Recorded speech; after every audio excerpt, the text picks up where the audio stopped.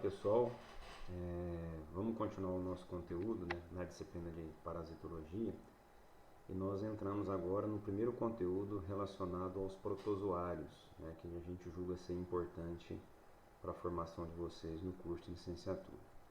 Bom, esse protozoário aqui, pessoal, Toxoplasma gondii, é um protozoário bastante conhecido, né? Certamente vocês já escutaram algumas histórias a respeito, né, desse protozoário, a respeito dessa doença, né, a doença chamada toxoplasmose, o protozoário chamado Toxoplasma gondii, né, em que muitas das vezes nós encontramos aí algumas informações na mídia, né, nos jornais, nas revistas, muitas das vezes equivocadas, né, informações não reais, né, inverídicas, que acabam confundindo a comunidade, né, a população, o que acaba por vezes agravando ainda mais a ocorrência dessa doença, né, ou contribuindo para a propagação dessa doença em diferentes ambientes. Vamos lá. Do lado esquerdo aí vocês estão vendo a informação. Toxoplasmose, a culpa não é do gato. A forma mais comum de contrair a toxoplasmose é comendo carne mal cozida e vegetais mal lavados. Aqui está uma informação correta, viu, pessoal? Muitas das vezes, a gente, quando se fala da doença do Toxoplasma gondii, né, ou melhor, do protozoário Toxoplasma gondii, muitas das vezes a gente fala do gato, né, como o principal vilão ou como o vilão dessa doença. Mas acreditem vocês, ele sim tem uma importância muito grande, né, afinal de contas ele é o hospedeiro definitivo dessa doença, mas por outro lado, a maior ocorrência dessa doença na população humana está associado ao hábito, né, da ingestão de carne crua ou mal cozida, né, e muitas das vezes também o consumo de vegetais mal lavados. Vegetais esses certamente contaminados por fezes de gatos que tenham toxoplasmose. Então a gente vê aí a importância do gato, claro, né, como um responsável, né, dos felídeos, me desculpe aqui, os felídeos como responsável por fechar o ciclo, né, por completar o ciclo biológico desse protozoário, e, por exemplo, né, propiciando aí a contaminação das pessoas pelo consumo de vegetais, né, mas também a maior parte da população, acreditem vocês, né, a gente sabe que 1/3 da população mundial é positiva para essa doença, então se você pegar aí no grupo de 100 pessoas, pelo menos 30, né, 33 pessoas são positivas para essa doença, né, isso de uma forma geral na população do mundo, tá? E se você for pensar, 33 pessoas em cada 100 não corresponde a pessoas que têm, por exemplo, contato íntimo com gato, né? Não significa dizer que essas 33 pessoas que eu falo em cada 100 que são positivas têm um gato em casa ou contato com gato, mas sim a informação de que, com certeza, né, uma grande parcela da população se alimenta de carne, consome carne, né, e muitas das vezes aí sim está a explicação mais plausível, né, para que grande parte da população seja contaminada por essa doença por conta dos hábitos alimentares, né? Primeiro pelo consumo de carne crua, mal cozida, né? Segundo, pela possibilidade de contaminação via vegetais, né, ou por meio de vegetais contaminados, como eu acabei de dizer, né, por fezes de felinos, e também uma pequena parcela, né, desse número, talvez pelo contato com o gato. Aí sim, né, a gente colocaria o gato como o responsável direto, né, pela transmissão da doença à população humana. Mas entenda, como está escrito aqui no título, né, a culpa não é do gato. Ele tem sim a sua responsabilidade, tá? Mas ele acaba sendo, a sua responsabilidade acaba sendo pequena, né, quando comparada aos hábitos alimentares das pessoas. Bom, você só vai contrair toxoplasmose de gato se você comer as fezes contaminadas dele. Você não come fezes, certo? Então continue com seu gato durante sua gravidez. Essa informação é informação correta, né? Mas que precisamos ter uma certa crítica em relação ao que está escrito, né? Você não vai comer fezes de gato, certo? Claro, muito provavelmente, né? Óbvio, né, que ninguém fará isso, né? Mas por outro lado, lembrar que comer fezes de gato é diferente, né, de você se contaminar com as fezes do gato. Então, quando você manipula as fezes do gato, ou quando o gato contamina, por exemplo, as hortas, né, ou reservatórios de água, né, com as suas fezes, água essa que possa ser utilizada para irrigação de verduras, né, de hortaliças, aí sim a gente vê uma possibilidade, né, pequena, mas ela existe, de disseminação dessa doença por meio das fezes do gato. Então que fique claro essa informação, né? Ninguém aqui vai comer fezes de gato, óbvio, né? Mas por outro lado a gente pode se contaminar pela doença, pela toxoplasmose, quando ingerimos um alimento que tenha sido contaminado com as fezes do gato, tá certo? Então isso é um risco muito grande e que nós precisamos estar atentos a ele. Por outro lado, esse outro slide, né, essa outra foto do lado esquerdo, né, toxoplasmose, o gato não é o vilão. E aqui mostra, né, depois vocês deem uma lida nas informações que ali estão, né, mas algumas informações que a gente julga importante quando relacionada aí à prevenção dessa doença, né? E como higiene, nunca é demais, adote essas medidas. Use luvas na limpeza de caixa de areia, lave com água quente tudo que entrou em contato com as fezes do animal, troque a areia do seu gato diariamente, tampe as caixas de areia que ficam ao ar livre, evite que insetos como baratas, moscas e minhocas transitem pela areia, mantenha o gato sempre dentro da casa, alimente o gato apenas com rações próprias, jamais permita que seu gato coma pragas urbanas, como por exemplo os ratos. Então são informações aí verídicas, tá? Informações importantes, que nós vamos comentar um pouquinho mais adiante, quando viermos a falar aí, né, das formas de prevenção e controle dessa doença. Bom, eu fiz questão aqui também, pessoal, de trazer para vocês, né, uma informação já não tão recente assim, tá, mas de 2018, se vocês notarem aqui, uma reportagem fazendo referência a um surto de toxoplasmose no município gaúcho, né? Depois, se vocês tiverem curiosidade, pesquisem na internet, certamente outros surtos acontecem, né? Mas eu achei interessante colocar isso aqui para vocês e trazer algumas informações em relação às principais formas de disseminação dessa doença quando se fala em surtos, tá ok?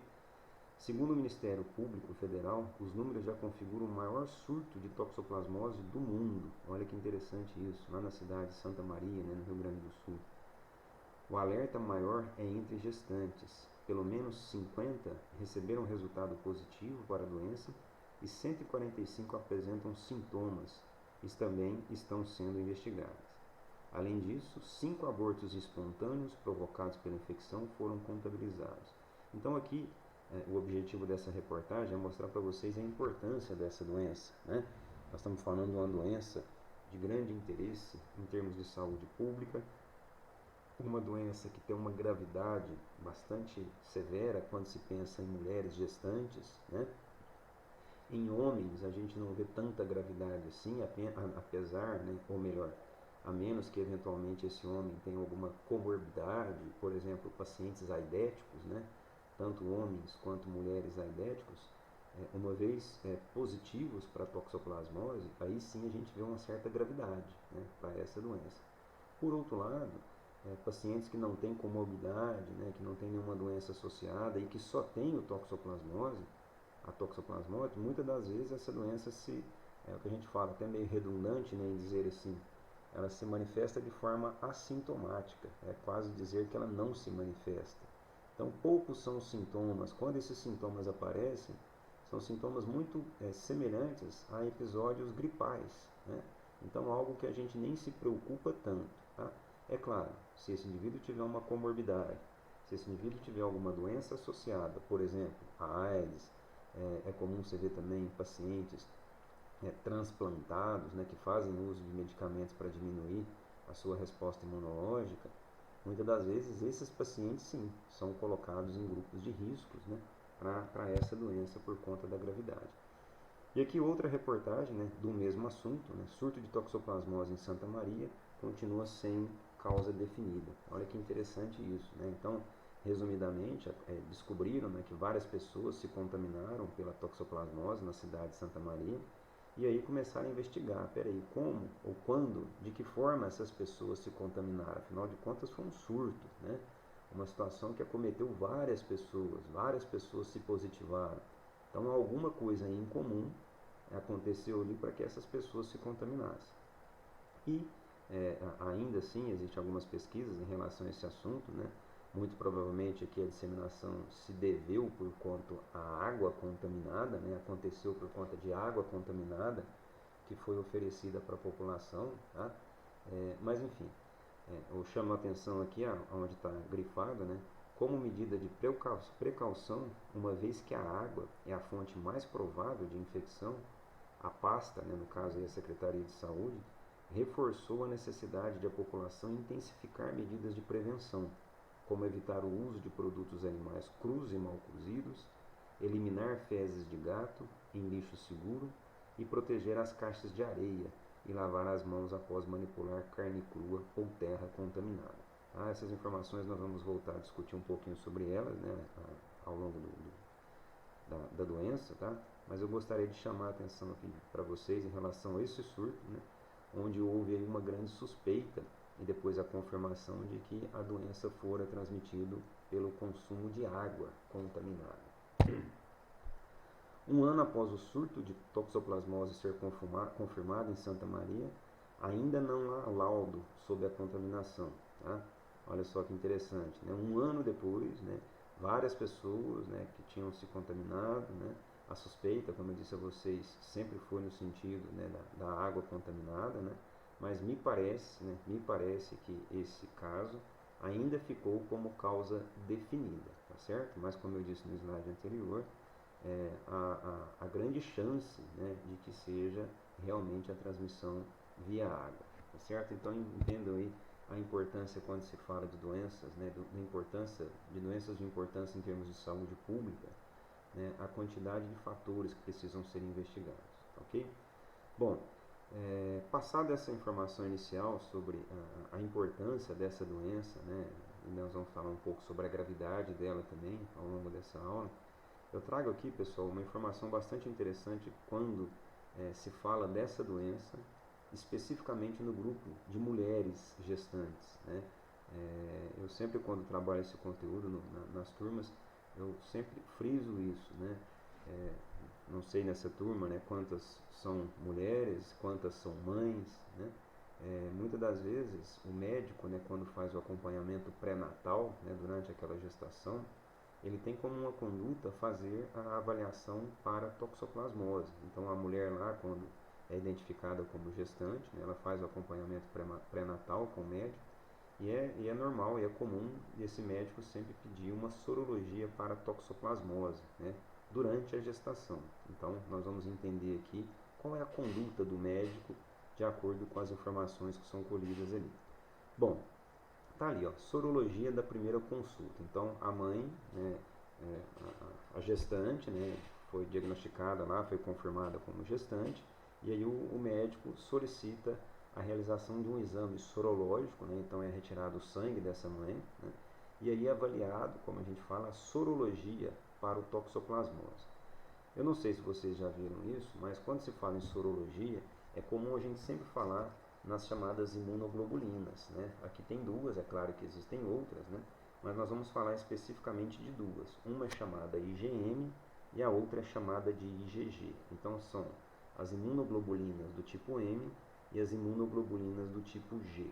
O que eu gostaria que vocês fixassem, né, como informação inicial? A chamada IgM, né, que a partir de agora, né, a imunoglobulina do tipo M, que a partir de agora eu vou falar IgM, lembrem-se que é uma imunoglobulina que são anticorpos de fase aguda da doença. O que significa dizer anticorpos de fase aguda? Significa dizer que são anticorpos que se manifestam, muitas das vezes, quando a doença é recente, quando a contaminação é recente. Então, eu acabei de me contaminar hoje, muito provavelmente aí durante 3, 4, 5 dias eu vou ter IgM positivo. Então vocês estão vendo aqui, ó, sinal de negativo e sinal de positivo. Então a informação IgM positiva significa dizer imunoglobulina de fase aguda positiva. Significa dizer que você vai dosar no soro desse paciente a presença de anticorpos de fase aguda. Por quê? Ele está naquele momento com a manifestação da doença, com os parasitas, com protozoários circulantes no seu organismo de forma bastante ativa. Por outro lado, pessoal, quando se fala na imunoglobulina do tipo G, que a partir de agora eu vou me referir como IgG, ela é a chamada de imunoglobulina de fase crônica. Então, depois que a gente passa pela fase aguda, o indivíduo evolui para a fase crônica. Estou falando de toxoplasmose, não estou falando de outras doenças, né? O que significa dizer, quando eu tenho IgG positiva, significa dizer que eu tenho anticorpos de fase crônica positiva. Qual que é a interpretação dessa informação?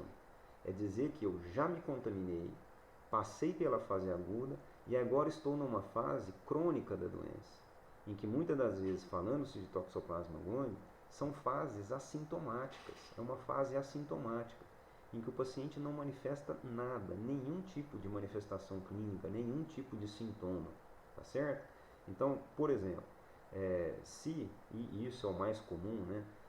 Quando a gente se contamina pelo Toxoplasma gondii, nós vamos falar um pouquinho sobre o ciclo dele, mas quando a gente se contamina, a gente passa pela fase aguda, inicialmente pela fase aguda.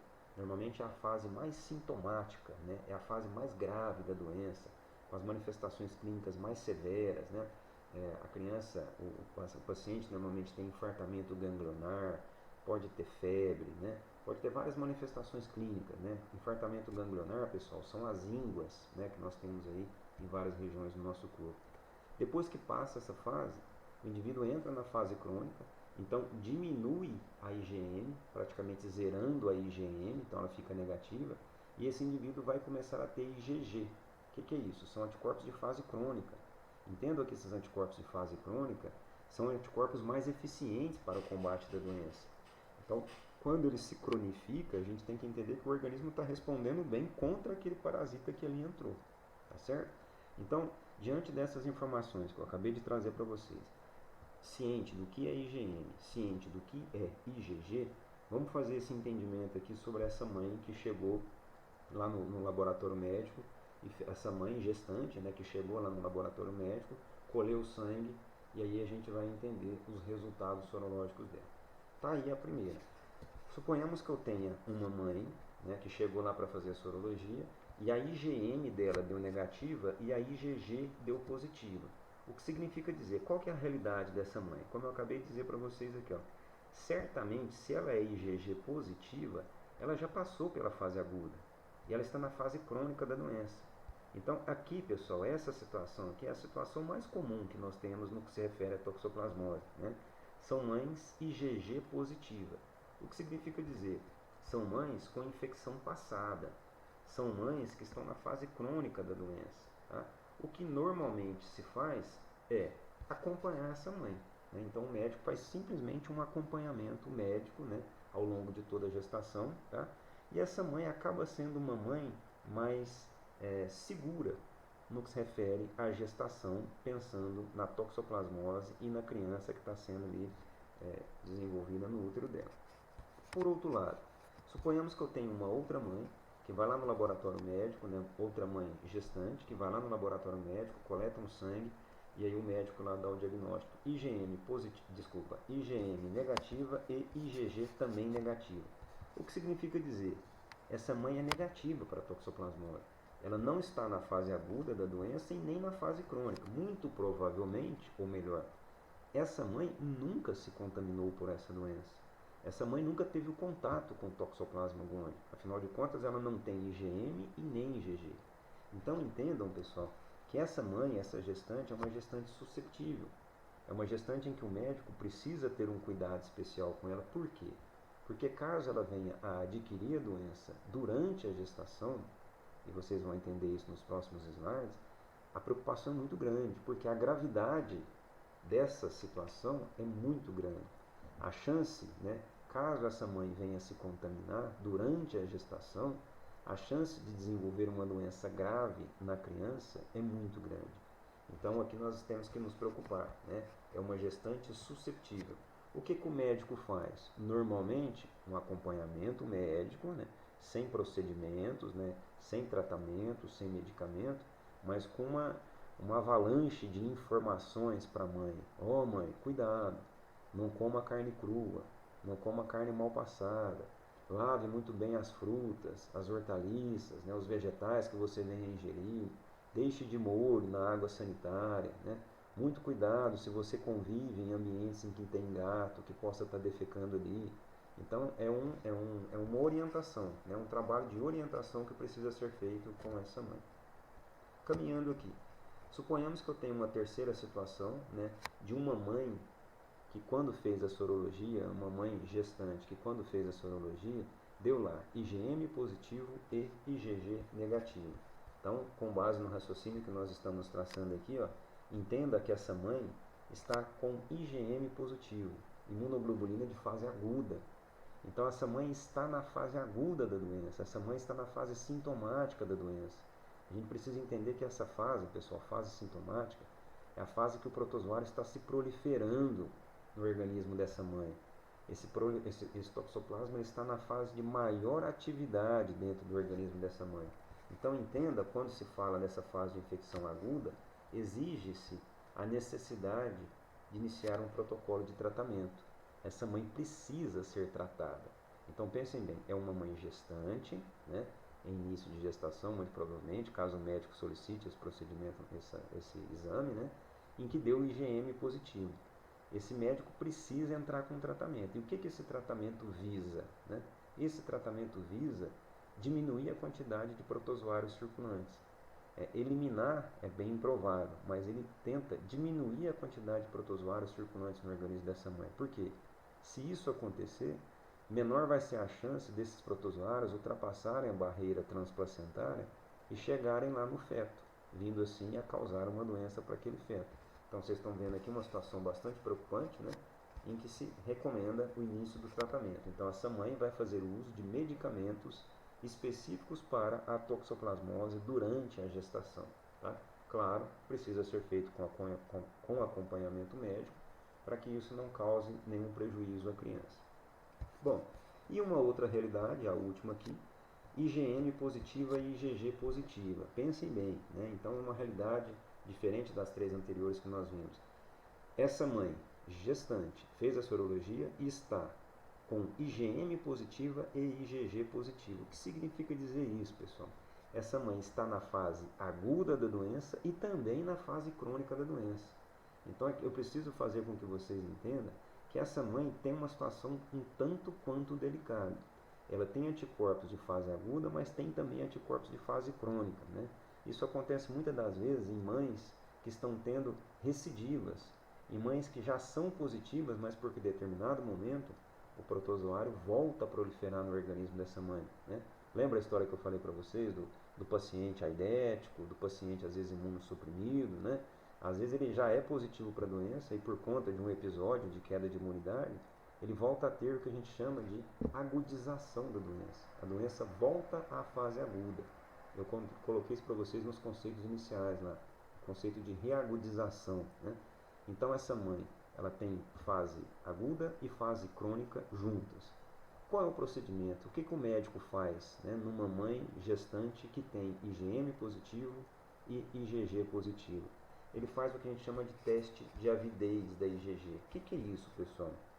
Lembrem-se que a IgG, eu acabei de dizer agora há pouco, é uma proteína, né? É claro, nós estamos falando de anticorpo, é proteína. É uma proteína mais eficiente, é um anticorpo mais eficiente no controle do protozoário. O que significa dizer, se essa IgG, né, o médico pede para essa mãe que é IgM positiva e IgG positivo, ele faz o que a gente chama de dosagem de IgG. Então ele mensura a quantidade de IgG que está circulante no organismo dessa mãe. Se essa quantidade de IgG for bastante alta, o que ele recomenda? Não tratar. Qual que é a interpretação disso? Se essa mãe tem muita imunoglobulina de fase crônica, significa dizer que o organismo dela está preparado para o desafio. Significa dizer que tem quantidade de células, ou melhor, quantidade de anticorpos suficientes para controlar a infecção. Por mais que ela esteja com IgM positiva, a quantidade de IgG aqui estando alta é suficiente para manter essa mãe em boas condições de manter essa gestação sem preocupação. E o contrário disso, né, nos preocupa. O que significa dizer, se quando o médico pede para dosar IgG e quando ele faz essa dosagem de IgG e dá baixo, significa dizer que muito provavelmente essa mãe, pensem comigo, está na fase inicial do processo crônico. Significa dizer que ela ainda não está imunologicamente competente para combater aquele protozoário. Então ela tem IgM alta, mostra pra gente, opa, fase aguda, muitos protozoários circulantes. E IgG baixa, significa dizer que ela está entrando na fase crônica. Ela vai começar o processo de produção de anticorpos para que daqui a alguns meses, para que daqui a algumas quinzenas, ela tenha condições de conviver com essa doença. Mas até que isso aconteça, o médico precisa recomendar o tratamento para essa mãe gestante. Afinal de contas, se ele não fizer, né, se ele assim não o fizer, essa criança corre risco de ter aí o seu comprometimento, né, ou a causa de um aborto, né, ou o nascimento de uma criança prematura, com retardamento mental, com algumas alterações morfológicas que são muito preocupantes e que nós vamos dizer, nós vamos comentar um pouquinho sobre elas mais adiante. Bom, aqui eu vou falar um pouquinho para vocês sobre o protozoário. Quem é o protozoário que nós estamos estudando? O chamado Toxoplasma gondii, né? Vocês vão ver ao longo aqui da nossa explicação algumas terminologias, né, alguns nomes mais comuns que nós utilizamos. O primeiro deles, pessoal, é o chamado oocisto. Quem é o oocisto? O oocisto, pessoal, é a estrutura que vocês vão ver que é eliminado nas fezes dos felídeos. Vou falar de novo. Os oocistos são as estruturas eliminadas nas fezes dos felídeos. Quem que são os oocistos? Vocês estão vendo aqui, ó, esse ovão aqui, com dois ovos menores aqui dentro, isso é um oocisto. Do lado de cá, eu tenho também outro oocisto. Esse outro oocisto tem dentro dele uma outra estruturazinha que nós vamos chamar de esporocisto, tá certo? Do lado de cá, vocês estão vendo aqui, ó, um oocisto, do lado de cá, outro oocisto, e aqui embaixo, um oocisto. Aqui embaixo nós temos um oocisto e dentro desse um oocisto, dois esporocistos. Então tudo isso que eu estou mostrando para vocês ou são estruturas liberadas nas fezes dos felídeos, única e exclusivamente dos felídeos, né? Quando eu falo felídeos, né, a gente sempre vai falar aqui do gato, mas entendam que outros felídeos também podem contribuir para a disseminação dessa doença, principalmente quando se pensa em animais de produção, né? A oncinha parda, a jaguatirica, né? Vários felídeos aí podem estar associados à disseminação dessa doença em animais de produção, tá? Mas quando se pensa na população humana, a gente frequentemente pensa aqui apenas no gato, tá certo? Bom, e aqui, pessoal, dentro desse esporocisto que vocês estão vendo aqui, é claro que a foto aqui não ajuda muito, mas nós temos outras 4 estruturas chamadas de esporozoídos. Nessa foto aqui vocês conseguem ver um pouco melhor, né? Então nós temos aqui, ó, uma estruturazinha aqui chamada de esporozoito, tá certo? Dentro da estrutura aqui do oocisto, tá? Eu acho até que eu falei errado, mas aqui, ó, em volta aqui, tudo isso aqui em volta, né? Então essa estrutura aqui como um todo, eu acho que eu me equivoquei na fala aqui, ó. Essa estrutura como um todo é um oocisto, tá certo? Dentro desse oocisto nós temos duas estruturas, os dois esporocistos, então tem um grande de cá e outro grande de cá. E dentro desses dois esporocistos eu tenho 4 bananinhas, vocês estão vendo, parece uma bananinha, uma meia lua, né? Uma aqui, duas aqui, uma ali atrás e outra aqui, 4 esporocistos. Isso é a estrutura do oocisto do Toxoplasma gondii. Estrutura essa liberada nas fezes dos felídeos. Bom, além da estrutura do oocisto, eu preciso que vocês memorizem o que é o taxoito, né? Eu sempre, quando falo desse conteúdo com os alunos, eu penso para que vocês façam uma analogia, né? Taquizoito. Certamente vocês já devem ter escutado o conceito taquicardia e bradicardia. O que é taquicardia? É o batimento acelerado do coração.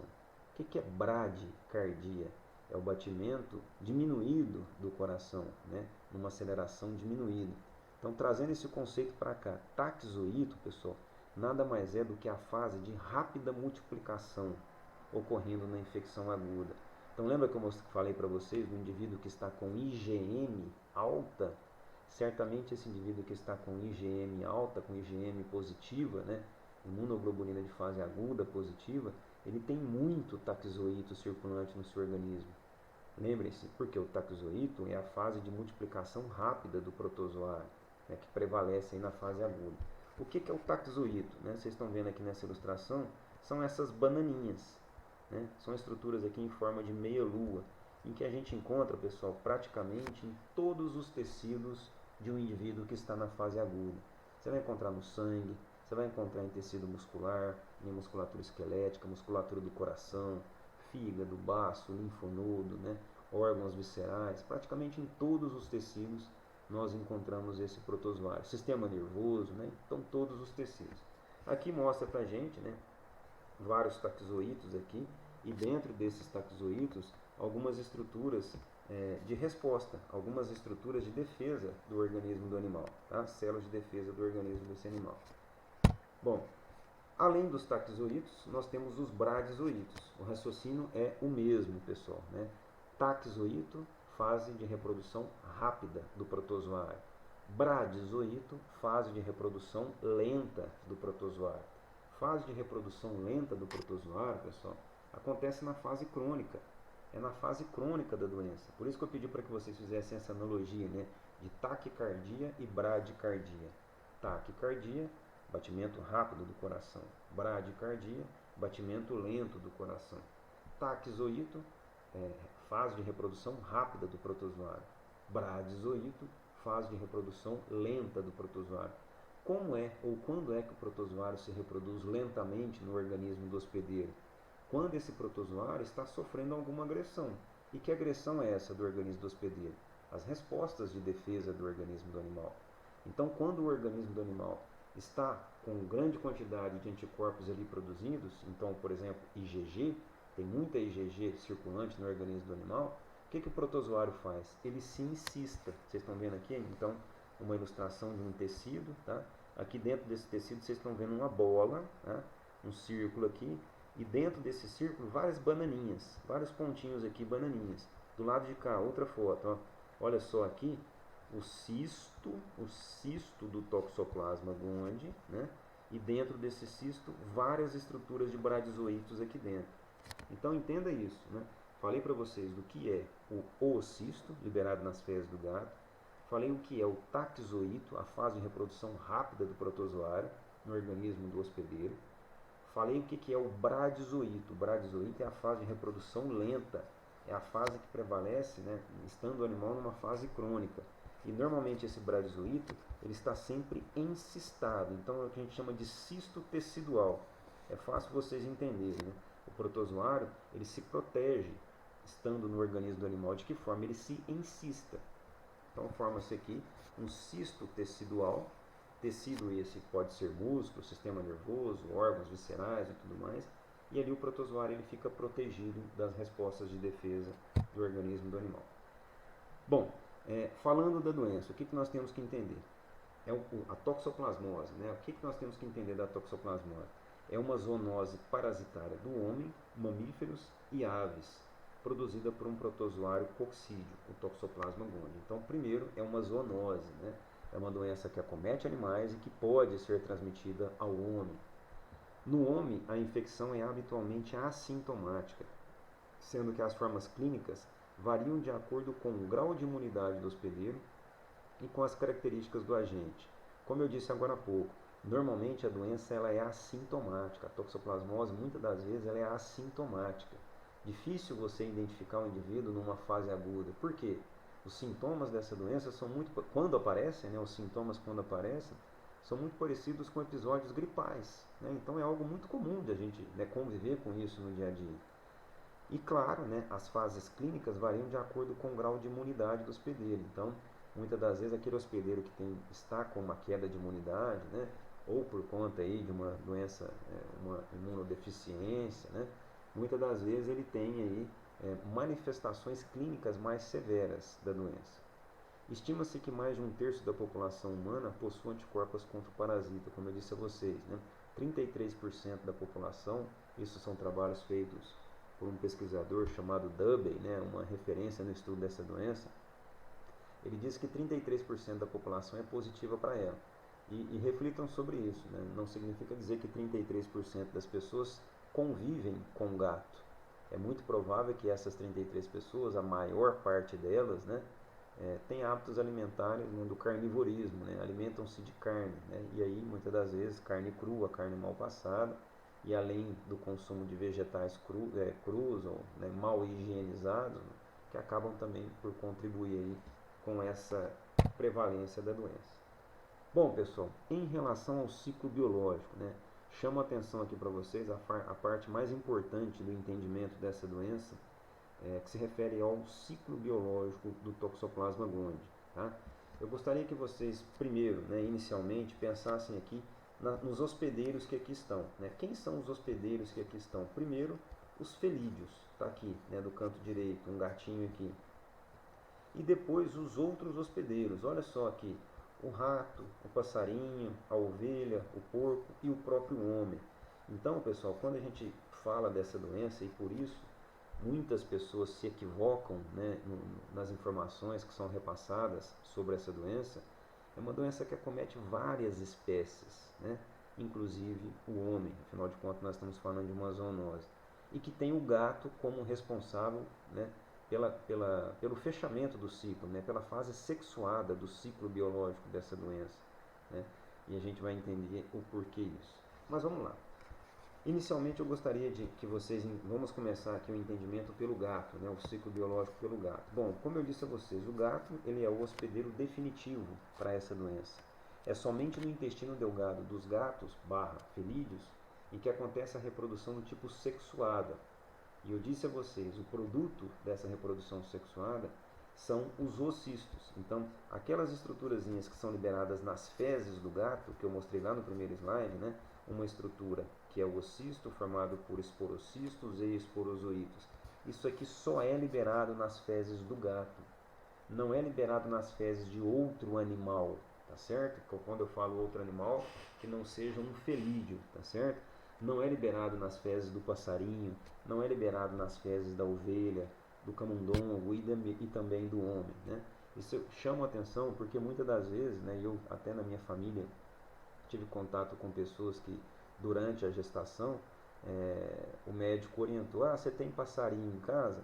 Não, tem. Então some com passarinho, né? Não cria passarinho na sua casa durante a sua gestação, que você pode adquirir toxoplasmose pelo seu passarinho. Isso é mentira, tá? Isso é uma mentira, uma inverdade. Por quê? Essa pessoa, para se contaminar por meio desse passarinho, através desse passarinho, essa pessoa deveria comer o passarinho, cru ou mal passado. Nós vamos colocar isso no ciclo, né? As fezes do passarinho, mas muito raramente serão, né, um ambiente ou um material biológico passível de contaminação pelo toxoplasma. Agora, a musculatura do passarinho, sim, como hospedeiro intermediário para essa doença, a musculatura, os tecidos do passarinho, sim, né? Mas para que você se contamine com os tecidos do passarinho, você precisa ingerir a carne desse passarinho, muito provavelmente crua, né, ou mal cozida. Mas vamos lá. Então o que acontece? Quando um gato, né, depois eu vou mostrar para vocês como que o gato se contamina. Mas quando um gato contaminado, um gato positivo, defeca no ambiente, ele elimina junto às suas fezes as estruturas chamadas oocistos. E aqui a gente tem três caminhos. Primeiro, né, qual que é o primeiro caminho? Quando o gato defeca num ambiente, muitas das vezes as fezes do gato podem funcionar como meios de contaminação para várias espécies. Então, o rato pode se contaminar ingerindo as fezes do gato, né? O suíno pode se contaminar ingerindo as fezes do gato e outros animais também. Pensem aqui, pessoal, que esses outros animais que aqui estão, por exemplo, o ovino ou o passarinho, não necessariamente ele precisa ingerir as fezes do gato, mas ele pode ingerir um alimento que tenha sido contaminado pelas fezes do gato. Suponhamos que esse gato aqui, ó, por exemplo, né, isso acontece até mesmo na nossa instituição, até pouco tempo atrás existia isso, os gatos conviviam lá dentro da suinocultura da nossa escola. E era muito comum você ver o gato, por exemplo, defecar no pote de ração, no ambiente em que os suínos se alimentavam. Então, o gato contaminava a alimentação, a ração que é ingerida pelas porcas. Isso acontece de forma muito frequente nas granjas. Tá? Por outro lado, o gato pode, por exemplo, defecar na pastagem em que tem alguns animais. Né? Ovinos, isso é muito comum, caprinos, isso é muito comum. Né? Então o gato defeca na pastagem, então na pastagem ele vai liberar ali os oocistos. Esses oocistos vão ser ingeridos por esses animais, entre parênteses, ovino, caprino, suíno, né? Caso esses animais venham ingerir aquela pastagem. Então o animal ingere uma pastagem contaminada com ovos do oocisto, né? Na realidade com os oocistos do Toxoplasma gondii, que foram liberadas pelas fezes de um gato que por ali passou, que por ali transitou. Então todos esses hospedeiros que aqui estão, entendam vocês que eles se contaminam, né, com os oocistos que estão nas fezes do gato, né? Não significa dizer ingerir as fezes do gato, tá? Propriamente dito, mas pode ser ingerir um alimento que tenha sido contaminado pelas fezes do gato. Então esse raciocínio vocês já extrapolam para o lado de cá, para o homem, né? O homem ele pode ingerir vários alimentos contaminados com o cisto. Então, se você tem lá na sua casa um gato, esse gato é positivo para o Toxoplasma gondii, e ele, por exemplo, defeca na sua horta, né, no local lá que você produz verduras, hortaliças e tal, esse gato, em sendo positivo, estando ele excretando os oocistos nas suas fezes, ele pode estar contaminando essas hortaliças, né, que você esteja produzindo ali. E caso você venha consumir essas hortaliças sem o devido cuidado, sem o devido higiene, né, sem a devida limpeza antes do consumo, você pode acabar ingerindo oocistos do Toxoplasma gondii. Então esse raciocínio aqui serve para todos os hospedeiros que vocês estão aqui. Bom, vamos começar aqui pelo lado 2, né, pela seta vermelha aqui, número 2. Então, um rato ou um passarinho que tenha se contaminado ou ingerindo as fezes propriamente ditas do gato, ou um alimento contaminado pelas fezes do gato, esse rato, esse passarinho, são o que a gente chama de hospedeiros intermediários para essa doença. O que vai acontecer nesses animais aqui, pessoal? Lembra que nós comentamos lá das fases de taxoíto, bradyzoítos e oocisto? O que vai acontecer nesses animais aqui, ó, no camundongo e no passarinho, é isso aqui, ó, é a formação do cisto tecidual. Então eu vou ter no rato, no passarinho, lá no tecido, lá na musculatura, né, lá nos músculos do ratinho, nos músculos do passarinho, um cisto tecidual do Toxoplasma gondii. Essa estruturazinha aqui é um cisto e dentro desse cisto vários bradyzoítos. O que vai acontecer? Caso um gato venha a predar, a comer um passarinho ou um rato, algo que é muito comum para essas espécies, né, pensando aí na convivência entre elas, o gato se contamina. Então pensem bem, como é que um gato se contamina com o Toxoplasma gondii? Muitas das vezes o gato se contamina pelo Toxoplasma gondii pelo fato do gato predar, pelo fato do gato ingerir um hospedeiro intermediário da doença. Então é comum o gato ingerir camundongo, que seja positivo pela doença, passarinhos que sejam positivos para a doença. E eu vou trazer aqui para vocês outra informação, né? Nos sistemas de produção, é muito comum o gato se contaminar. Então aquele gato que a gente vê lá na suinocultura, aquele gato que a gente vê lá na criação de ovinos, na criação de caprinos, é muito comum aquele gato, por exemplo, se alimentar de placenta. Então as fêmeas que estão lá, as ovelhas, as porcas que estão lá parindo, ou muitas das vezes abortando, nos anexos placentários dessa fêmea está repleto de cistos teciduais do Toxoplasma gondii. Então quando essa fêmea aborta e o gato vai lá e se alimenta dessa placenta, o gato está ingerindo cistos teciduais do Toxoplasma gondii. Então é esse raciocínio aqui, né, assim como vocês estão vendo, ingerindo o ratinho ou ingerindo o passarinho, eu posso falar para vocês aqui também, ingerindo as placentas das fêmeas que abortaram lá dentro no sistema de produção. Dessa forma, pessoal, o ciclo se fecha. Eu sempre vou ter gatos positivos para o Toxoplasma gondii, se contaminando com o Toxoplasma gondii dentro de um sistema de produção, e consequentemente esses gatos vão estar defecando naquele ambiente, contaminando aquele ambiente, e isso vai propiciar a contaminação de animais de produção, né? Vocês estão vendo aqui, ó, a linha 5.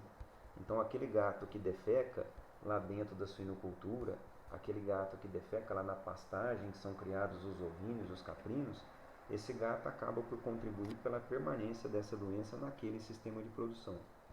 E seguindo aqui a linha 5, então esses animais se contaminando, né, o ovino, o suíno, o caprino, a gente tem que entender que esses animais aqui são Carne. Carne que nós consumimos, né? Então, quando a gente vem a consumir carne de suíno, carne de caprino, carne de ovino, né, que é um hábito mais comum nosso aqui, né, a gente pode estar ingerindo um animal contaminado por essa doença. O que é que tem nesse animal aqui, ó, nesses animais? Não tenho dúvida, tá? Até a ilustração aqui mostra. São cistos teciduais do Toxoplasma gondii. Então eu tenho aqui cistos, né, igual a ilustração 1b aqui, ó, cistos teciduais do Toxoplasma gondii.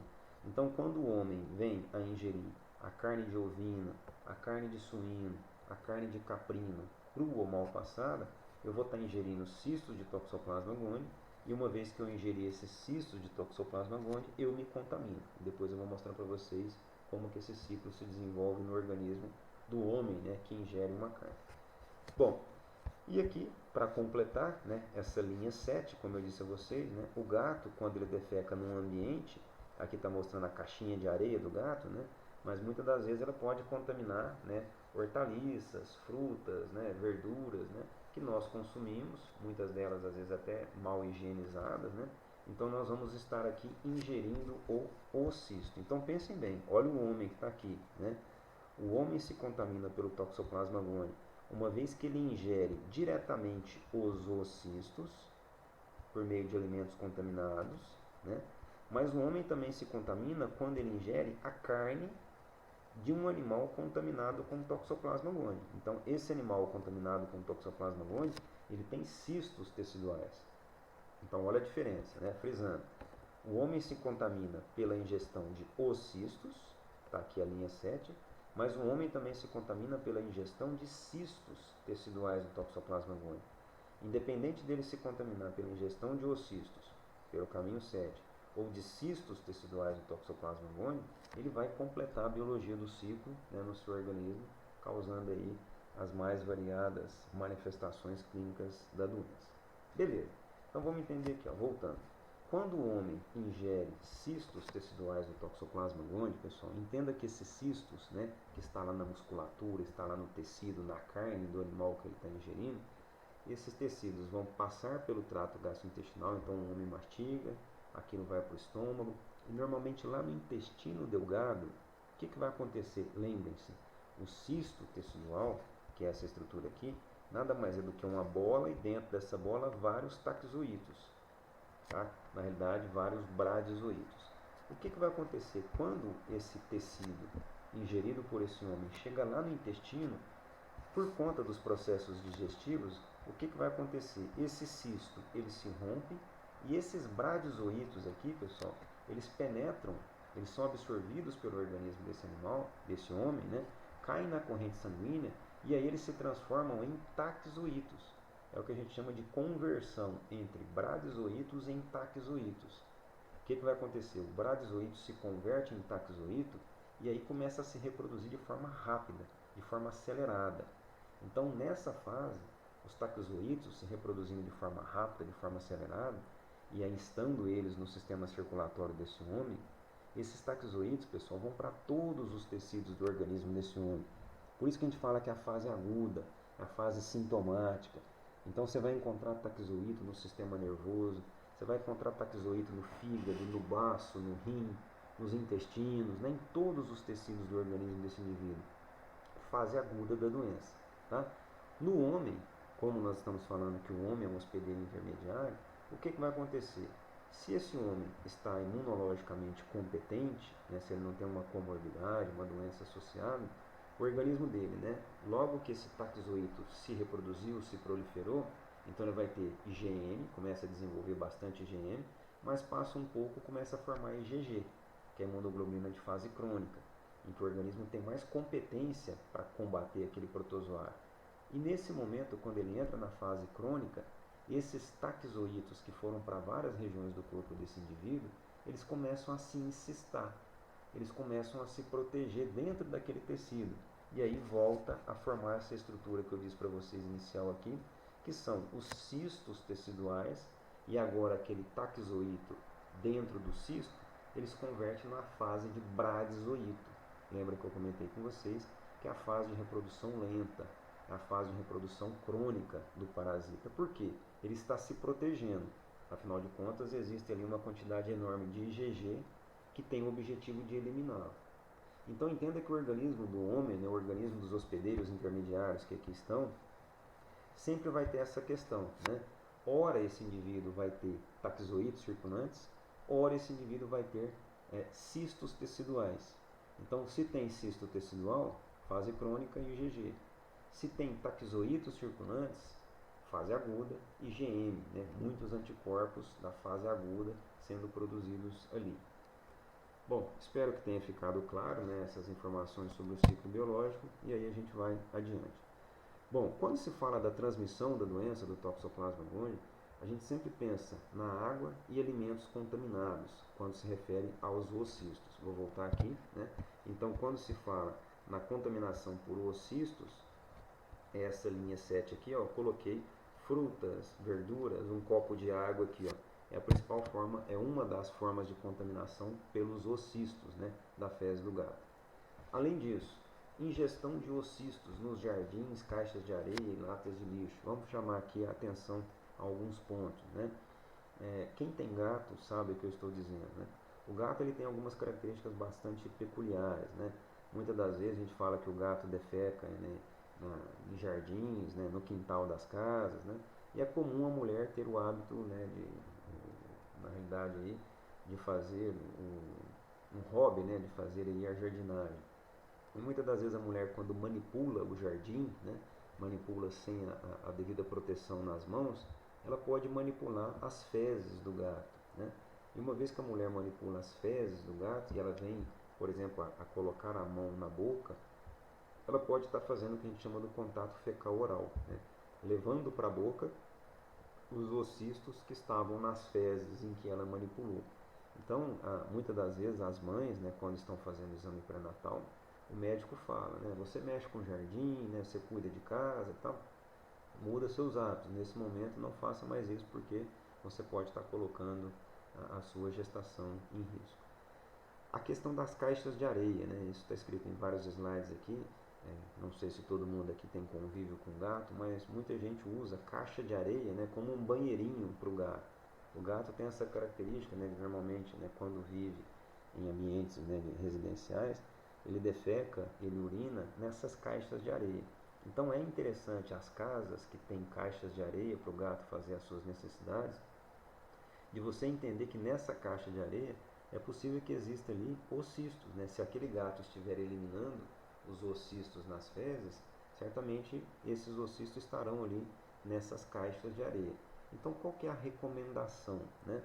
Estamos falando aqui de transmissão. Então você manipular a caixa de areia, né, que é o banheirinho do gato, sem os devidos cuidados, você pode estar se contaminando com oocistos que foram liberados nas fezes do gato. Por outro lado, como é que eu posso me prevenir, né, com isso, né? É ter o cuidado com essas caixas de areia, né?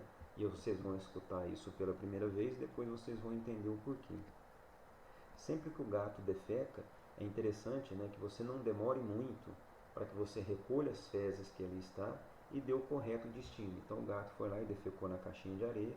É interessante que você retire aquelas fezes ali o mais rápido possível, né, não deixando em mais do que um dia ela ali exposta, né? E aí sim você dá o correto destino. Quando você faz isso, você minimiza, você diminui as chances de se contaminar lá na sua casa com os oocistos. Por quê, pessoal? É a primeira vez que eu estou dizendo isso e eu gostaria que vocês memorizassem essa informação. Assim que o gato elimina nas fezes os oocistos, a gente entende que ele elimina uma fase chamada oocistos não esporulado. Então vou voltar lá no começo da nossa apresentação. Quando se fala essa estrutura aqui, ó, vocês estão vendo esse ovo aqui, ó, é um chamado oocisto não esporulado. Vocês estão vendo aqui, ó, um oocisto, e dentro desse um oocisto eu tenho apenas um esporocisto. Então aqui ele não está esporulado. Ele esporula quando ele adquire essa conformação aqui, vocês estão vendo, ó, um oocisto com dois esporocistos. E sabe o que difere, ou melhor, o que precisa acontecer para essa fase aqui, caminhar para essa fase aqui? Nada mais é do que os oocistos ficarem expostos ao ambiente, ficarem expostos à temperatura e à umidade. Então, quanto mais tempo o oocisto está exposto ao ambiente, mais tempo tem esse oocisto que é não esporulado tem para se esporular. Então eu gostaria que vocês entendessem que essa fase aqui de oocisto esporulado, que é a fase infectante para os animais. Essa fase aqui chamada de oocisto não esporulado, pessoal, acreditem vocês, ele não é infectante. Então, por mais que eventualmente uma pessoa venha a fazer o contato fecal oral e, por exemplo, levar isso aqui à boca, normalmente esse oocisto aqui ele não evolui, ele não se desenvolve, ele não se transforma nos taxoídeos, tá? Esse aqui já sim. Então, por isso que esse cuidado, né, de recolher as fezes do gato diariamente, eliminar essas fezes, dar o correto destino para ela, você minimiza a chance de essa doença se desenvolver no ambiente que você esteja ali estudando ou trabalhando, né? Bom, latas de lixo, como eu disse a vocês, né, muito cuidado também com o destino, né, das fezes do gato. Então, quando você está manipulando o lixo, também você pode estar se contaminando com os oocistos do Toxoplasma gondii. Mecanicamente, esses oocistos podem ser eliminados, ou melhor, transmitidos ou carreados, por exemplo, por insetos, né, moscas, baratas, né, pensando aqui em minhocas, né, nos anelídeos, né, e outros indivíduos aqui, que podem estar também carregando esses oocistos. É claro, é você pensar, né, onde tem um gato que defecou, as fezes do gato que fica ali, por exemplo, lá no quintal da minha casa, uma barata que passa por ali, uma mosca que pousa por ali, esses insetos podem pousar nessas fezes, carregar nos seus membros articulados, nas suas patas, nas asas, né, os oocistos e levar, por exemplo, esses oocistos lá para um alimento que você vai ingerir. Então entenda que esses oocistos eles podem ser carreados por outros indivíduos, como é o caso aqui das moscas, baratas, minhocas e assim por diante. Bom, falando em transmissão ainda, outra mais importante seria sim a ingestão de cistos teciduais em carnes cruas ou mal cozidas, de porco, carneiro, aves e coelho, né? Então nós temos aqui algumas informações importantes quando se fala na transmissão dessa doença, né, de um indivíduo para outro. E também, por que não dizer, a transmissão congênita, né? Significa dizer quando a mãe transmite essa doença para o filho, tá certo? Essa é, sem dúvida nenhuma, das maiores preocupações que se tem na medicina humana, né?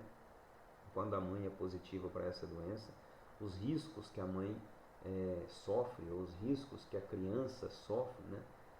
Pelo fato de, às vezes, a mãe não ter o correto acompanhamento do médico, né? O correto controle para essa doença. E muitas das vezes, quando a mãe se dá conta disso, a criança já nasceu, e aí nasce com alguns problemas, né? Com alguns sérios problemas, que aí comprometem a vida dessa criança e muitas das vezes pode até levar ao óbito, né, dessa criança. Quando se fala na toxoplasmose, né, que eu dividi em duas etapas, a chamada toxoplasmose adquirida e a toxoplasmose congênita. Quando se fala na toxoplasmose adquirida, que é aquela em que o indivíduo adquire, seja pela ingestão de oocistos, seja pela injeção de cistos teciduais, né, na musculatura, na carne de alguns dos animais, nós temos algumas manifestações mais comuns. Por exemplo, a chamada formas linfadenopática ou ganglionar. O que é isso? O indivíduo ingere, seja os oocistos, ou seja, os cistos teciduais, ele tem o que eu falei para vocês, as ínguas, né? Os infartamentos ganglionares. Então, ele chega no médico, o médico ele vai consultar, né, com o médico, ele reclama normalmente, né, de episódios de sintomas muito parecidos com o da gripe, como eu disse a vocês, mas o médico normalmente ali, quando apalpa, né, os linfonodos palpáveis, as ínguas, ele percebe ali infartamento ganglionar. Isso é bem sugestivo da toxoplasmose, né? Lembrem-se que infartamento ganglionar, as ínguas aumentadas, não é algo muito comum nos episódios de gripe, tá certo? Então já tem aí um fator de comparação, né? Ah, estou tendo manifestação de gripe, mas estou tendo infartamento ganglionar, né? Seja aqui as ínguas, né, na região da virilha, na região das axilas, abaixo das mandíbulas, da mandíbula, desculpa, você pode aí ter alguma informação sugestiva, né, do Toxoplasma gondii. Por outro lado, quando se fala da toxoplasmose congênita, nós temos a infecção que ocorre no feto, quando a gestante fica doente durante a gravidez, né? Isso é ser congênito, né? A criança, ou melhor, o feto, se contamina, né, ainda dentro do ambiente uterino, podendo ser sem sintomas ou até fatal. Então, o que vai dizer se esse feto vai ter alguma manifestação da toxoplasmose ou não. Muitas das vezes, pessoal, a informação que nós temos, né, sobre a gravidade da doença, muito está relacionada à idade da gestação. Quero que vocês entendam aqui, muitas das vezes, que a mãe, quando adquire a toxoplasmose no início da gestação, normalmente tende a ser uma manifestação mais grave, mais severa para o feto. Quando a mãe normalmente adquire a toxoplasmose ao final da gestação, a criança até nasce com algumas alterações, com alguns problemas, né, mas normalmente esses problemas são menores. Né? E aí vocês entendem, né, o porquê, a importância de se fazer os exames pré-natais. Né? Ao longo de todo o processo gestacional, ao longo de toda a gestação da mãe, é interessante que o médico acompanhe, né, monitore sorologicamente a toxoplasmose nessa mãe. Ao longo dos 9 meses de gestação dessa mãe, como é que está o IgM, como é que está a IgG, ela era positiva, ou melhor, ela era negativa, ela se positivou, ela aumentou a quantidade de IgG, ela diminuiu a quantidade de IgG, então isso precisa ser monitorado. Né? E claro, como eu disse lá no primeiro slide, se esse IgM aumentar demais, né, ou se esse IgG abaixar demais, essa mãe precisa receber um tratamento, essa mãe precisa receber medicamento para controlar a infecção. Né? E quanto mais cedo se contaminar, como eu acabei de dizer, quanto mais cedo a mãe se contamina, estando ela gestante, pior vai ser a infecção. Bom, quando a gente pensa nessa doença, sempre pensando aqui nas características em humanos, depois vou mostrar algumas ilustrações para vocês, quais são as consequências que nós temos pensando aí na espécie humana. Primeiro, né, se ocorreu no segundo trimestre, né, então estou falando que a mãe se contaminou no segundo trimestre, então vamos separar, vamos dividir, né, a gestação em 3 trimestres, né, os primeiros 3 meses, o segundo 3 meses e os terceiros 3 meses, né. Então, se acontece no segundo trimestre, o que normalmente a gente tem? Olha só, a criança pode nascer prematura, mostrando sinais de encefalite com convulsões, pleocitose, que é o aumento das glândulas brancas relacionado ao processo inflamatório no líquor e calcificações cerebrais. Né? Na realidade aqui são glóbulos, desculpa, tá? Os aumentos dos glóbulos brancos das células de defesa do indivíduo, né? Essa chamada pleocitose. Pode aparecer corioretinite, né, que é um processo infeccioso no córeo, 90% dos casos. Córeo é uma estrutura, né, no olho, né, da estrutura ocular. Calcificação cerebral, então a gente nota, né, a formação de tecidos calcificados no encéfalo da criança, né, algo que certamente vai comprometer o desenvolvimento encefálico, que vai comprometer o desenvolvimento do sistema nervoso e que certamente vai trazer algum transtorno mental para essa criança. E além disso, micro e macrocefalia. Micro, né, e ou macrocefalia em 50% dos casos. Pessoal, por favor, não se preocupem com os nomes que aqui estão, mas o objetivo de trazer essa informação para vocês é dizer a gravidade dessa doença na população humana, né, nos humanos. Né? Olha só, possibilidade da formação de macro e microcefalia, né, transtornos nervosos, né, a criança nascer prematura. Então, ciente da informação de que quanto mais precoce a doença é identificada na mãe gestante, melhores são os resultados, tá certo? Por outro lado, se a doença acontece no último trimestre, então no finalzinho da gestação, olha só, a criança pode nascer normal, como eu disse a vocês, né? Quanto mais tarde a mulher se contaminar, talvez melhor será para a criança, né? É claro que o objetivo é fazer com que essa mulher não se contamine durante a gestação, tá? Mas caso isso venha a acontecer, melhor será se ela se contaminar mais ao final da gestação, claro, porque o feto já está mais desenvolvido, já está mais preparado para lutar, né, contra aquele processo infeccioso. Então a criança pode nascer normal, mas com sintomas de comprometimento ganglionar, hepatoesplenomegalia. O que é isso aqui? Isso aqui, hepatoesplenomegalia, nada mais é do que o crescimento, né, o aumento do tamanho do fígado e do baço. Tá? Afinal de contas, a gente tem que entender o papel desses dois órgãos na tentativa de se eliminar células infecciosas, na tentativa de se eliminar agentes infecciosos, como é o caso do protozoário que ali está. Além disso, anemia, miocardite, né? Então uma infecção e inflamação das células do coração, e além disso problemas visuais, né? como a corioretinite, que é a inflamação do coroide e da retina, né? A criança nasce com dificuldades oculares e com problemas oculares, né? E a ausência de ganho de peso ou até mesmo é assintomático. Chama a atenção aqui, passou desapercebida essa informação, muitas das vezes, né, não sei se alguns de vocês aí sabem que são ou se são positivos para a doença, é muito comum quando a gente vai no oftalmologista, ele solicitar um exame para toxoplasmose, né? Claro, quando você procura o oftalmo por conta de algum problema visual. Por quê? Como o Toxoplasma gondii é um parasita que tem muita predileção também por sistema nervoso, é muito comum a gente encontrar esse protozoário, como dito aqui, nas células visuais, né? Nas células ligadas aí ao olho, né? Ligadas aí à retina, ao músculo ocular, né? Ao nervo óptico. Então a gente pode ter aí alterações visuais por conta da toxoplasmose. Então por isso que muitas das vezes o oftalmologista nos pede, né, solicita um exame sorológico para toxoplasmose, afinal de contas ele precisa entender quais doenças que podem estar causando essa alteração visual que te motivou a procurar esse especialista. Aqui tem algumas fotos, né, para ilustrar o que nós estamos dizendo, distúrbios em decorrência da infecção, né?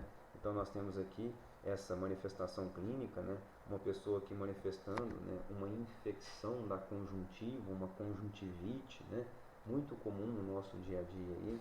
Uma criança aqui com hidrocefalia, né, com a macrocefalia, uma criança aqui com problemas visuais, você consegue notar isso de forma bem clara, né? Uma criança aqui, na realidade, um exame aqui, a presença de lesão cicatricial do toxoplasma no exame de fundo de olho, né, na região de mácula densa. Então vocês observem aqui, ó, uma lesão, uma cicatriz nos olhos, né, na realidade aqui na estrutura visual do indivíduo, causada pelo protozoário, causada pelo Toxoplasma gondii. E aqui uma região, né, de bastante hiperemia, né, de bastante sangramento na região do olho do indivíduo, também consequência do Toxoplasma gondii. Em animais, pessoal, o que a gente nota, né?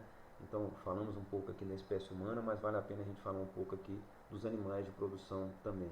O que nós notamos nos indivíduos? Muitas das vezes, animais positivos ou fêmeas positivas vêm a manifestar a doença por abortos. Então, episódios frequentes de aborto, né? A fêmea está lá, gestante, muitas das vezes ela aborta, né? Tanto faz que seja no primeiro, no início, no meio ou no final da gestação, tá? Muitas das vezes esses abortos por toxoplasma, são em momentos distintos. Então você tem animal lá em início de gestação abortando, animal em metade de gestação abortando e animal em final de gestação também abortando. E aí muitas das vezes você faz a sorologia do rebanho ou de alguns animais e identifica lá a presença do Toxoplasma gondii. Além disso, variações de temperatura, queda do desempenho e muitas das vezes o nascimento de descendentes, né, o que a gente chama de produtos com problemas fisiológicos. Então você vê lá animais recém-nascidos fracos, debilitados, né, que têm dificuldade para ficar em pé, para dificuldade para mamar, né? E aí você fala, poxa, né, o que causou o nascimento desse indivíduo fraco? Pode ser que esse indivíduo tenha nascido com um Toxoplasma gondii. Bom, quais são as vias de transmissão e as fontes de infecção para essa doença? A gente fala, né, como dito anteriormente, a infecção transplacentária, então a mãe pode passar essa doença por feto através da placenta, então ultrapassando, né, o tecido placentário, o protozoário pode chegar, né, pode ultrapassar essa placenta e chegar até o feto. Ingestão de água ou alimentos contaminados, então quando a gente fala de ingestão de água, lembrem-se daquela linha 7, né, que eu mostrei lá no início da nossa aula, a ingestão de água ou alimentos contaminados com ocistos esporulados. Não se esqueçam, né? O ocisto ele se esporula. Quando ele é eliminado pelas fezes, ele é na condição de não esporulado. Além disso, a ingestão de carne crua ou mal cozida, contendo cistos teciduais. Lembrem-se que esses cistos são estruturas repletas de bradizoítos, né, que prevalecem na fase crônica da doença no organismo dos hospedeiros intermediários. Além disso, transplantes de órgão, transfusão sanguínea, acidentes laboratoriais, amamentação e transmissão sexual. Chama a atenção aqui, né, as outras aqui não vou comentar tanto, mas a amamentação. Existem, se não me falha a memória, alguns alguns relatos de casos, inclusive na região de Londrina, né, onde tem alguns especialistas que trabalham com Toxoplasma gondii, em que foi confirmada a transmissão pelo leite. Né? O que aconteceu lá? Uma mãe, né, que tinha acabado de ganhar uma criança, a criança nasceu negativa para o Toxoplasma gondii, foi feita sorologia dessa criança logo após o nascimento, então ela não tinha IgM, ela não tinha IgG, né, ela não tinha imunoglobulinas para o Toxoplasma gondii, e essa criança, claro, recém-nascida, a única alimentação dela era o leite materno, então ela amamentava, e dias depois descobriu-se que essa criança ela virou, né, que a gente fala que ela teve uma viragem sorológica, ela converteu as imunoglobulinas e ela passou a ter IgM positivo. Então pensem bem, como que essa criança se contaminou? Certamente por conta da ingestão do leite. Então, por meio dessa informação, através dessa informação, ficou comprovado que o leite materno ele tem condições sim de eliminar, né, ou de propiciar a disseminação dessa doença. Outra informação que é relevante para que vocês entendam, né, existem vários trabalhos na literatura que falam da transmissão sexual do Toxoplasma gondii, o que significa dizer que o macho, né, existe essa confirmação já, o macho, né, das espécies domésticas pode transmitir pelo ato sexual, pela ejaculação, taxoítos para a fêmea.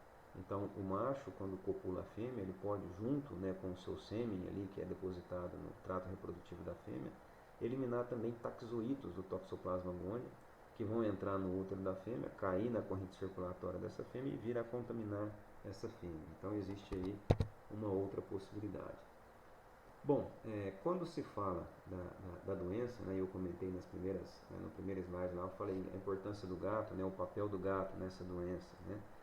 Essa ilustração aqui ela é bem clara. Né? O que a gente tem que fazer com o gato? É matar gato? É eliminar gato? É acabar com os gatos, que o gato é o vilão da história? Não, não é bem por aí. Né?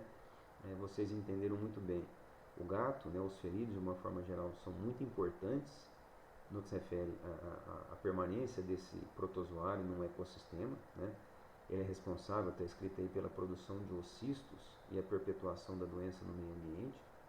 Mas, por outro lado, a gente tem que entender que, muitas das vezes, quando se fala no gato doméstico, né, no gato que nós criamos dentro da nossa casa, tem como você prevenir, tem como você cuidar desse gato para que ele não seja o responsável pela disseminação dessa doença.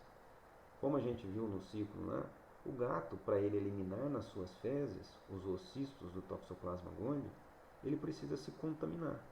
Ele precisa ingerir um alimento contaminado com cistos teciduais.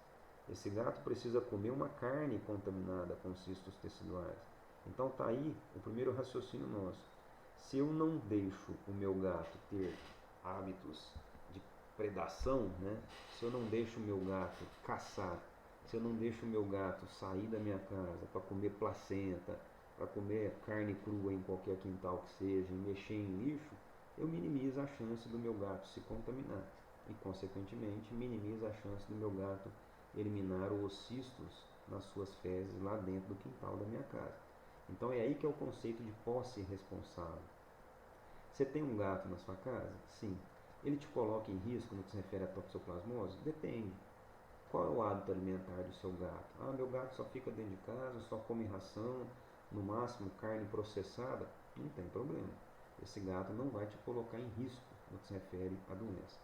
Ah, eu tenho um gato na minha casa, ele sai todos os dias, ele sai para caçar, né? Ele passa horas e horas, às vezes dias e dias fora da minha casa e volta para dentro de casa. Bom, esse gato talvez te coloque em risco. Esse gato caça, esse gato é um predador, né? Então, quem te garante que ele não está ingerindo os tecidos ou alguns tecidos contaminados por cistos teciduais do Toxoplasma gondii? Se isso acontecer, esse gato pode eliminar os cistos nas suas fezes dentro do quintal da sua casa.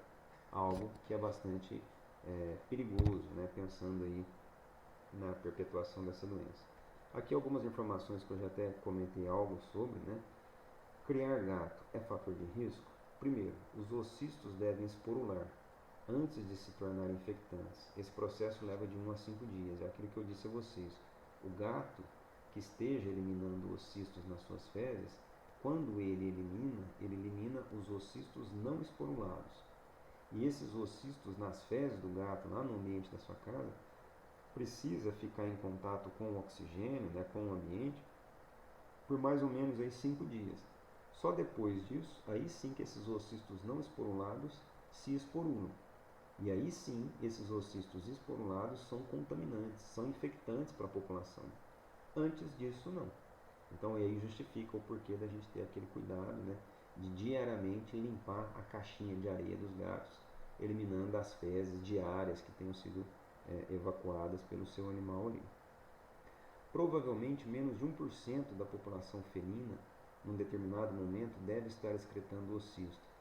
Esse Dubé, né, como eu disse a vocês, é o maior pesquisador para essa doença, né, ele fala o seguinte: se nós chegarmos aqui numa população de 100 gatos aqui, vamos recolher aqui 100 gatos na cidade de Uberaba, é bem provável que apenas menos de 1% desses gatos vão estar eliminando os cistos naquele momento. Então, se eu conseguir juntar 100 gatos aqui hoje na cidade de Uberaba e colher as fezes desses 100 gatos, é bem provável que menos de um, né, no caso aqui vamos colocar um desses gatos, vai estar eliminando os cistos nas fezes. Então, entendam que a chance de encontrar um gato eliminando os cistos das fezes é muito pequena. Beleza. Mas, por outro lado, esse um gato que está eliminando os cistos nas fezes, pessoal, quando ele elimina muito. Milhões de ocistos que ficam no ambiente por muito tempo. Então, por isso que nós temos que entender. Um animal talvez não nos coloque em risco. Né? Você ter um animal na sua casa, cuidado com esses devidos cuidados que nós acabamos de dizer, ele não nos coloca em risco. Beleza. Mas um animal que não tenha cuidado, um animal, né, que caça, que sai do ambiente doméstico, que sai para caçar, quando ele se contamina, a chance dele contaminar o ambiente é muito grande, porque ele elimina milhões de ocistos nas suas fezes. Posse responsável, o que é isso? O que significa? Quais as recomendações?